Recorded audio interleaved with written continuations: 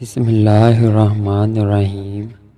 تاریخ عالم کا وہ واحد ہندو جس کی چتا پر کئی من گیر ڈالا گیا مگر اس کے جسم کو آگ نہ لگی، اس کا قرآن سے کیا تعلق تھا؟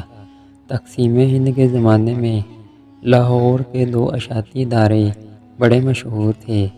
پہلا درسی کتب کا کام کرتا تھا، اس کے مالک مسز اطہر چند اینڈ کپور تھے۔ دوسرا ادارہ گرچہ غیر مسلموں کا تھا لیکن اس کے مالک پنڈت نول کشور قرآن پاک کی طباعت و اشاعت کیا کرتے تھے۔ نول کشور نے احترام قرآن کا جو معیار مقرر کیا تھا وہ کسی اور ادارے کو نصیب نہ ہو سکا۔ نول کشور جی نے پہلے تو پنجاب بھر سے اعلیٰ ساکھ والے افراد اکٹھے کیے، ان کو زیادہ تنخواہوں پر ملازم رکھا۔ احترام قرآن کا یہ عالم تھا کہ جہاں قرآن پاک کی جلد بندی ہوتی تھی وہاں کسی شخص کو خود نول کشور جی سمیت جوتوں کے ساتھ داخل ہونے کی اجازت نہیں تھی۔ دو ایسے ملازم رکھے گئے تھے جن کا صرف اور صرف ایک ہی کام تھا کہ تمام دن ادارے کے مختلف کمروں کا چکر لگاتے رہتے تھے۔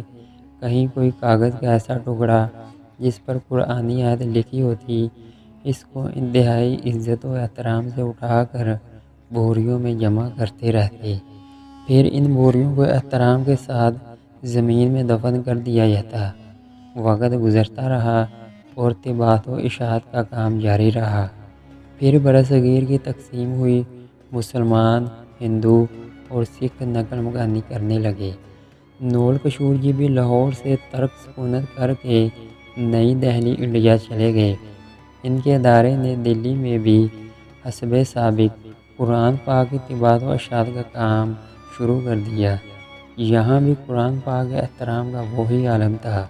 ادارہ ترقی کا سفر طے کرنے لگا اور کامیابی کی بلندی پر پہنچ گیا۔ نول کشور جی بوڑھے ہو گئے اور اب گھر پر آرام کرنے لگے، جبکہ ان کے بچوں نے ادارے کا انتظام سنبھال لیا اور ادارے کی روایت کے مطابق قرآن حکیم کے ادب و احترام کا سلسلہ اسی طرح قائم رکھا۔ آخر کار نول کشور جی کا وقت آ کر آ گیا اور وہ انتقال کر کے خالق حقیقی سے جا ملے۔ ان کی وفات پر ملک کے طول و عرض سے ان کے احباب ان کے ہاں پہنچے۔ ایک بہت بڑی تعداد میں لوگ ان کے کریا کرم میں شریک ہونے کے لیے شمشان گھاٹ پہنچے۔ ان کی ارتھی کو چتا پر رکھا گیا۔ چتا پر گھی ڈال کر آگ لگائی جانے لگی تو ایک انتہائی حیرت انگیز واقعہ ہوا۔ نول کشور جی کی چتا آگ نہیں پکڑ رہی تھی۔ چتا پر اور گھی ڈالا گیا، پھر آگ لگانے کی کوشش کی گئی لیکن بسیار کوشش کے باوجود بے سود۔ یہ ایک ناممکن اور ناقابل یقین واقعہ تھا، پہلے کبھی ایسا نہیں ہوا تھا۔ لمحوں میں خبر پورے شہر میں پھیل گئی کہ نول کشور جی کی ارتھی کو آگ نہیں لگ رہی۔ مخلوق خدا یہ سن کر شمشان گھاٹ کی طرف امڑ پڑی۔ لوگ اپنی آنکھوں سے دیکھ رہے تھے اور حیران و پریشان تھے۔ یہ خبر جب جامع مسجد دلی کے امام بخاری تک پہنچی تو وہ بھی شمشان گھاٹ پہنچے۔